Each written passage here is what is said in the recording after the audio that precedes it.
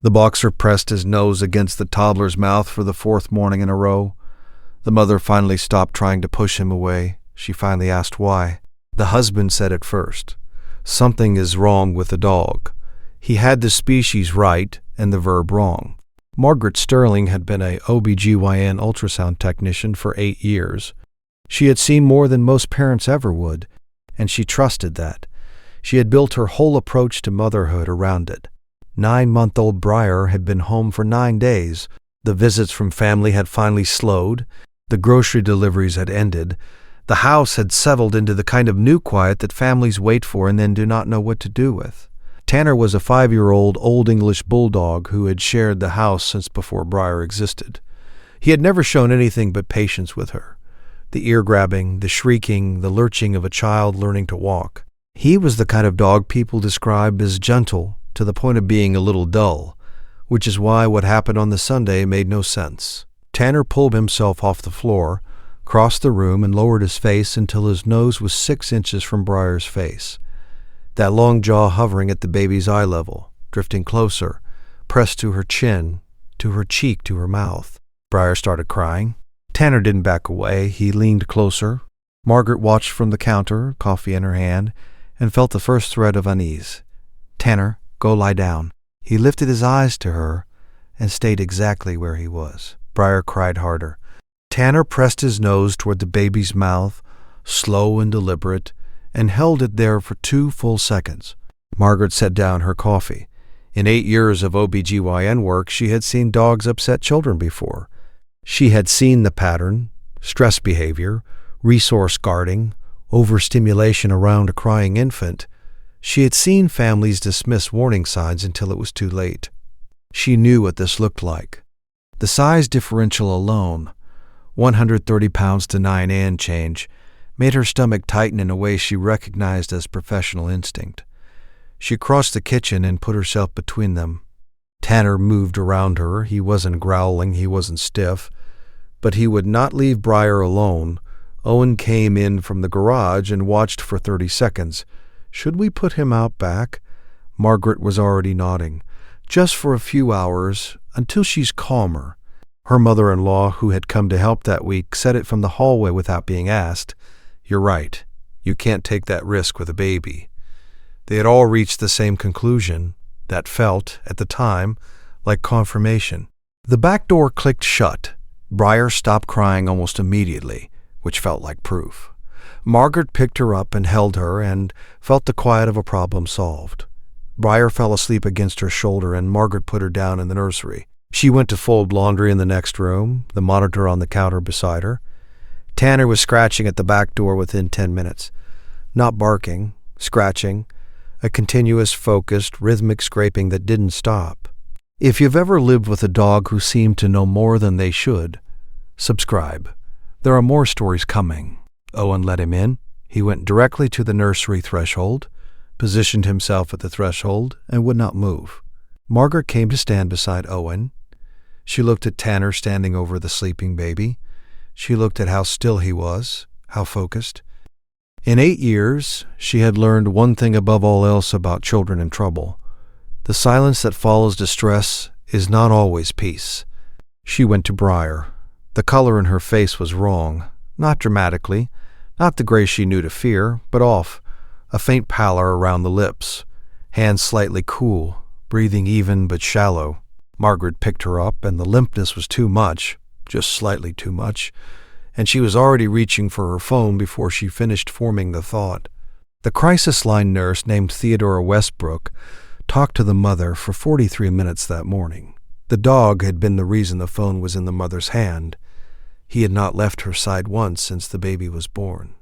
Postpartum mood disorders kill more new mothers than any obstetric complication, the perinatal psychiatrist Dr. Theodora Westbrook told the family later. 18 years of reading the data had not made the data easier to hear. Dogs detect cortisol shifts that precede a psychiatric crisis by hours. Your dog was tracking the mother's chemistry. Another evening without intervention, and this would have ended very differently. If your dog has ever changed its behavior right before something happened, the comments are where these stories live.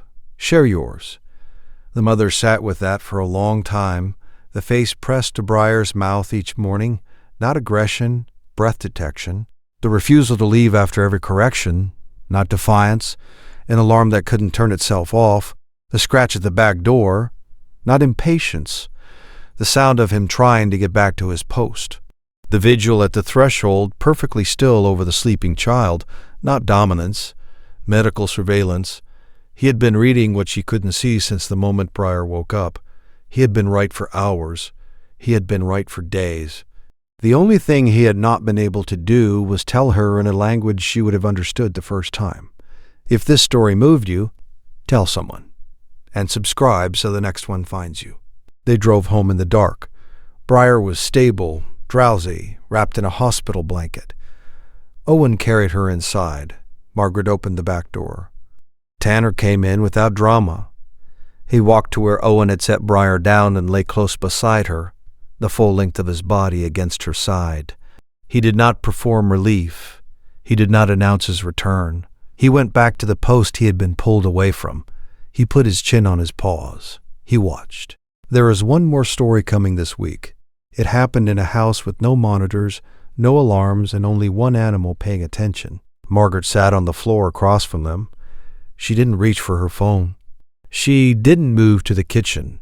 She watched the slow rise and fall of her daughter's chest and the dog's chin resting level on the floorboards, his eyes still open, still watching the way they had been watching all day. She thought about that for a long time afterward.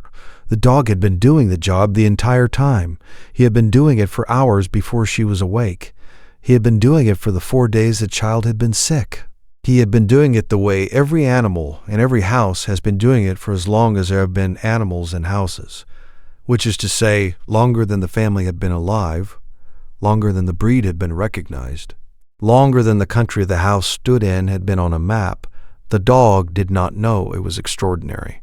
The dog knew it was Tuesday. The husband sat on the floor across from them. He did not speak for a long while. When he finally said something, it was not about the dog, and it was not about the doctor. It was about himself. He said he was sorry.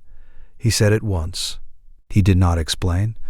The dog watched him with the kind of attention that has no human equivalent, the attention of an animal who has finished his job and is waiting to see if the humans understand what the job was. They did not, fully. They never would. But they understood enough to keep him in the house. They understood enough to never raise the question again. Later, when the child was old enough to ask questions about the photo on the refrigerator, the one of the dog asleep at the foot of the crib, the mother would tell a version of the story. She would leave out the worst parts. She would leave in the part about the dog. The child would learn the dog's name before her own. The child would learn what loyalty looked like before she learned what danger was. That order of learning matters more than any household in the country knows. The doctor's voice on the phone the next week was the same calm voice it had been at the hospital. The follow-up numbers were normal. The follow-up scans were clean. The medication was working. None of this would have mattered without those first 40 minutes, and the doctor said so in the kind of plain language doctors say for the families they know will remember it. She said, "The dog gave you the time we needed. Time was the only thing we needed." The mother wrote that sentence down in her notebook and underlined it. The dog did not change after that. That was the part nobody expected. The family braced for a different animal, a more anxious one, a more attentive one, a hero version of the dog who would carry the story in his body. He did not. He went back to lying in the spot by the door he had always lain in. He went back to barking at the mail carrier the way he always had. He went back to leaving wet nose prints on the inside of the back window. He did not perform what he had done. He just kept doing it, which was the whole point. The fire marshal called 2 weeks later with a final report. The carbon monoxide reading had been at the level that produces unconsciousness within 90 minutes of sustained exposure. The repair on the furnace had cost less than $400. The family had a new detector installed the same day, hardwired with a battery backup with a smart home alert. They installed 3 of them. They did not feel safer. They felt, for the first time in their lives, that the only system in the house they fully trusted was the one with 4 legs and brown eyes and a slight limp from an old injury. On a Saturday in November, the grandmother came to visit. She watched the dog and the child for a long time before she said anything. When she finally spoke, it was the kind of sentence old women say once when they are sure. She said, "He has the eyes of a dog who has done his work." She did not explain. She did not need to. The mother nodded, and the dog, who was lying on the rug between them, exhaled the slow exhale of an animal whose job is being witnessed by a human who finally understands what the job is. On a Saturday in November, the grandmother came to visit. She watched the dog and the child for a long time before she said anything. When she finally spoke, it was the kind of sentence old women say once when they are sure. She said, "He has the eyes of a dog who has done his work." She did not explain. She did not need to. The mother nodded, and the dog, who was lying on the rug between them, exhaled the slow exhale of an animal whose job is being witnessed by a human who finally understands what the job is. On a Saturday in November, the grandmother came to visit. She watched the dog and the child for a long time before she said anything. When she finally spoke, it was the kind of sentence old women say once when they are sure. She said, "He has the eyes of a dog who has done his work." She did not explain. She did not need to. The mother nodded, and the dog, who was lying on the rug between them, exhaled the slow exhale of an animal whose job is being witnessed by a human who finally understands what the job is.